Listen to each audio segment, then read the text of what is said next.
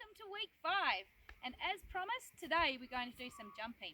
We're just going to do some basic jumping exercises to get you started. I know many of you have already been jumping before, but we're just going to talk about some of those things that are really important, the real basic groundwork that's going to make it a good quality jumping ground where everybody is safe and has a lot of fun.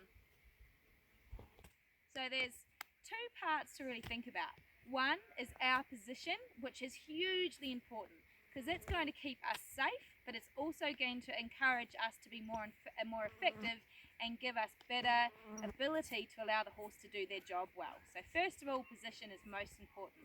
Then in relation to actually jumping the fences, the three things that matter are canter, line and rhythm.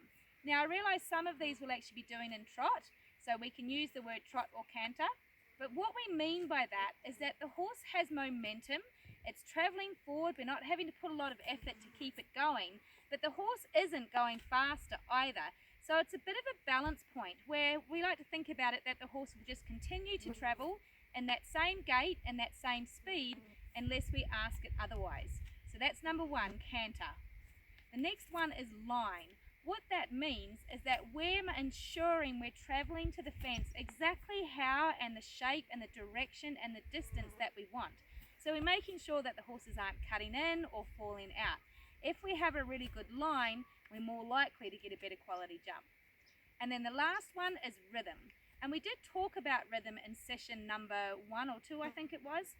And the rhythm is that consistency of the evenness of the beat. So whether we're trotting or cantering, we want it to be very consistent all the way to the jump and all the way after the jump. So think of our position and then think of our canter, line and rhythm.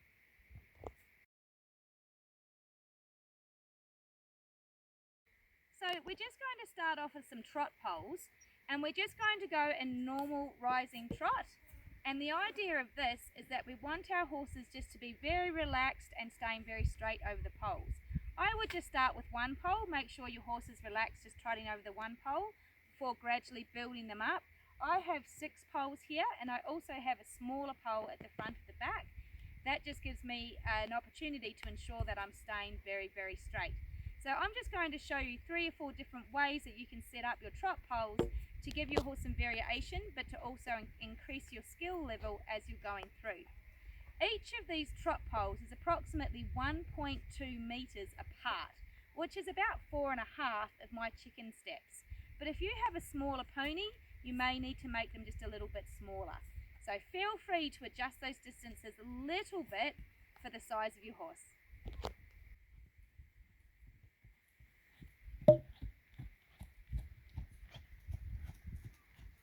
So for this first trot through the poles, all I'm really asking is for Swish to be relaxed, just to keep an even rhythm, to stay in the centre. As I show you some more exercises, it adds a little bit more importance on straightness. So I do make sure right from the start that I'm always riding centre pole to teach my horse to stay straight between my legs and my 2 reins.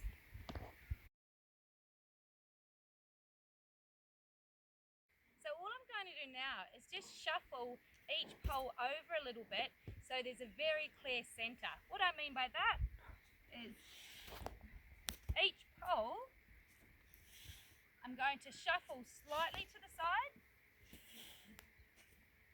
and if you look in the centre you'll notice it's a much smaller gap now to stay in the straight line.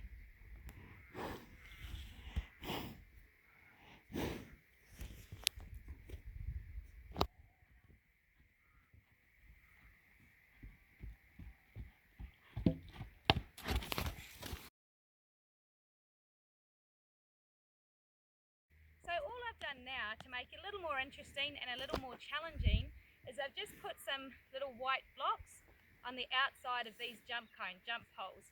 Now you can adapt this as much as you want. You can use it on both sides of the poles so they're raised. Just remember when you're doing this, start slowly. Just add 1 or 2 and slowly progress to where you can add some more so you don't worry your horse. Remember, we always want to keep our horse calm and relaxed. So if they show signs of being worried or anxious or running through, just go back a little step to where they found it very easy or very comfortable. Get them back to being relaxed before you raise them or change them again. So let the horse give you some feedback to how confident they're feeling about these exercises.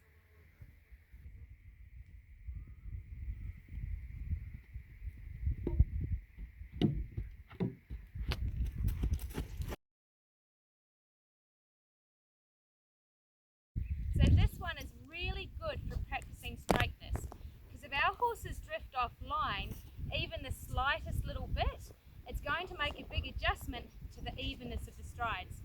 So I want you to have a look at the center point of this pole, because when I lift it up and move it, the center point is still going to be the same. Have a look.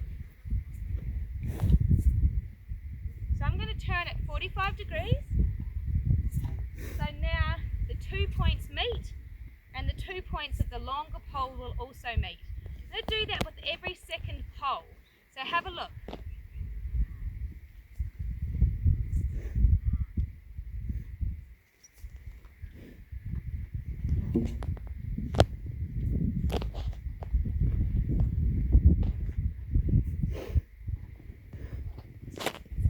And I do it in an alternative cross pattern. If you stay in the center, the distance between each pole is exactly the same. But if you let your horses drift to either the right or to the left, it then becomes difficult for the horse to be even. So this one is super important that you stay dead straight in the center.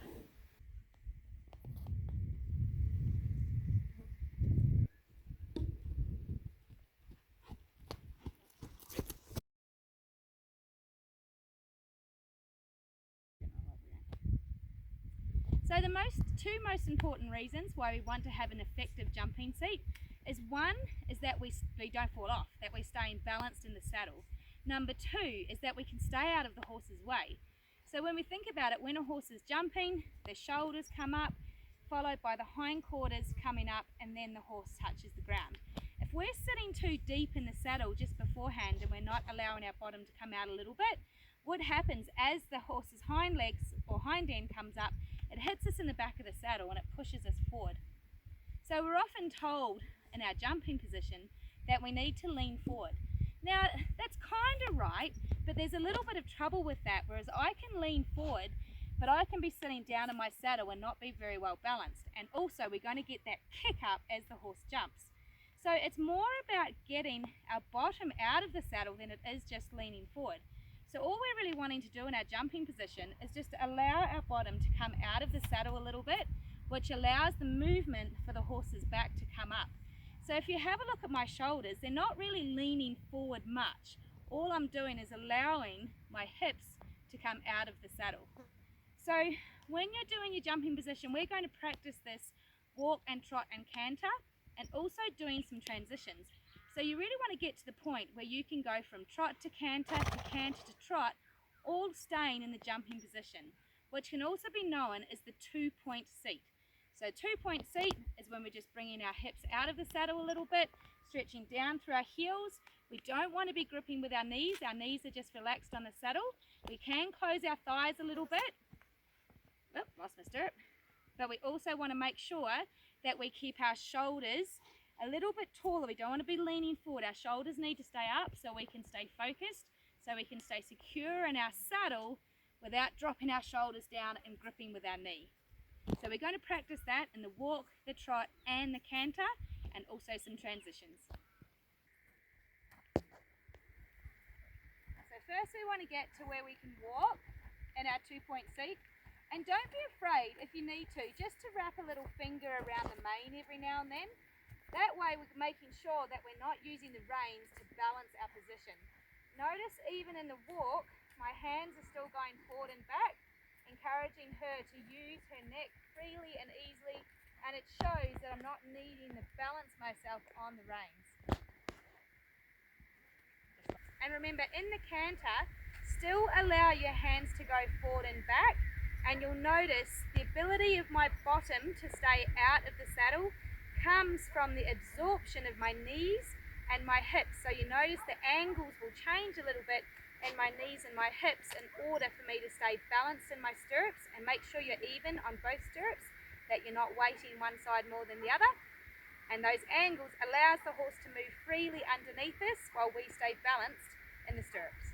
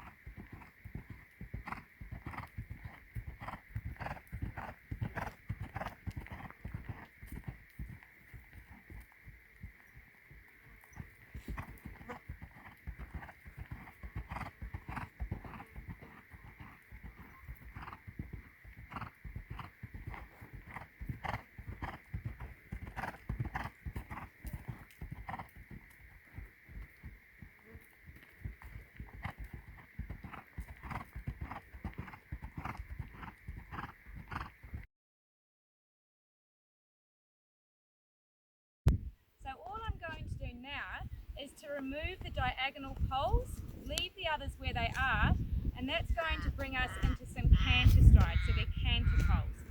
Most canter poles are approximately 3 metres apart, but I find when we're just doing simple canter poles on the ground, especially if you have some ponies, you'll probably find the 2.5 or abouts, it doesn't matter, you can adjust it depending on your pony, will be enough. If you're on a big horse, you may want to move it right out to your 3 metres.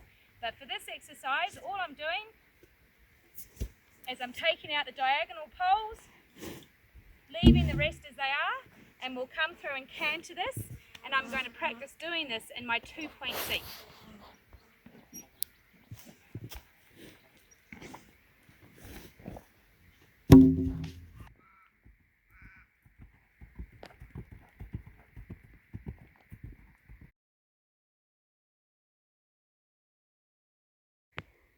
So all we've done here is we've just added some height to the middle poles.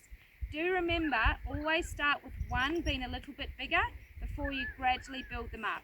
And if your horse shows any sign of worrying, or you feel that you're still losing your balance a little bit and don't feel so secure, then stay at the little height and build it up slowly, because it's much easier to take your time at the beginning than to get your horse worried where they start to rush or start to stop or start to make mistakes, and to have to retrain that and come back to the start. So only go as fast when it comes to building the height or adding more jumps as where your horse feels confident and how far you feel confident.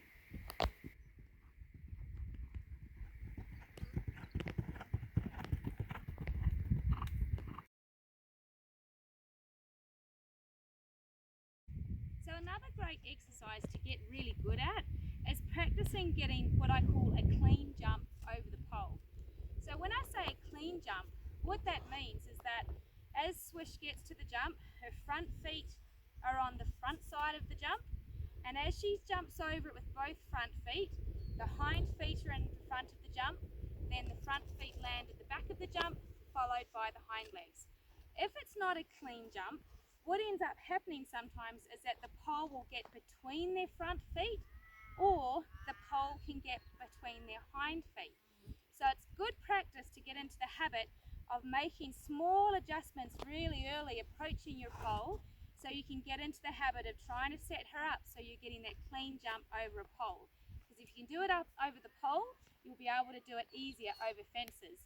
Remember, it's just getting your eye and just getting a feel for getting your canter balanced, and if you have a good canter, a good line, and have good rhythm, having a clean jump over the pole is really easy. So I'm going to canter this pole several times, and I'm going to try not to get a clean jump sometimes.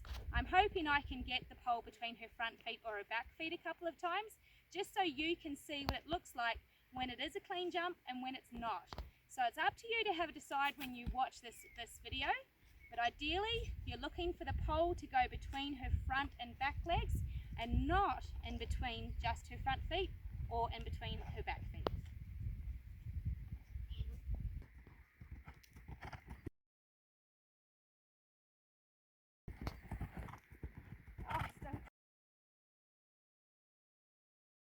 Give it a go.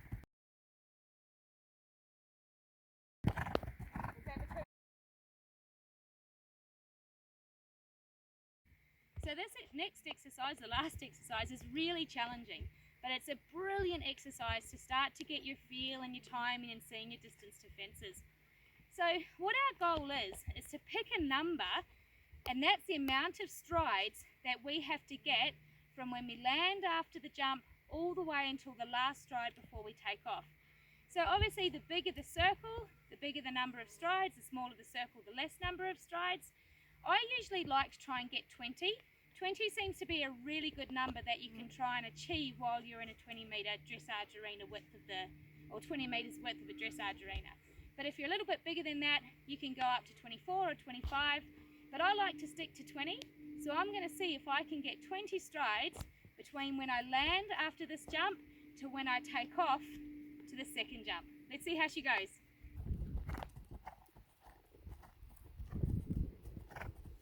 1, 2, 3, 4, 5, 6, 7, 8, 9, 10, 11, 12, 13, 14, 15, 16, 17, 18, 19, 20.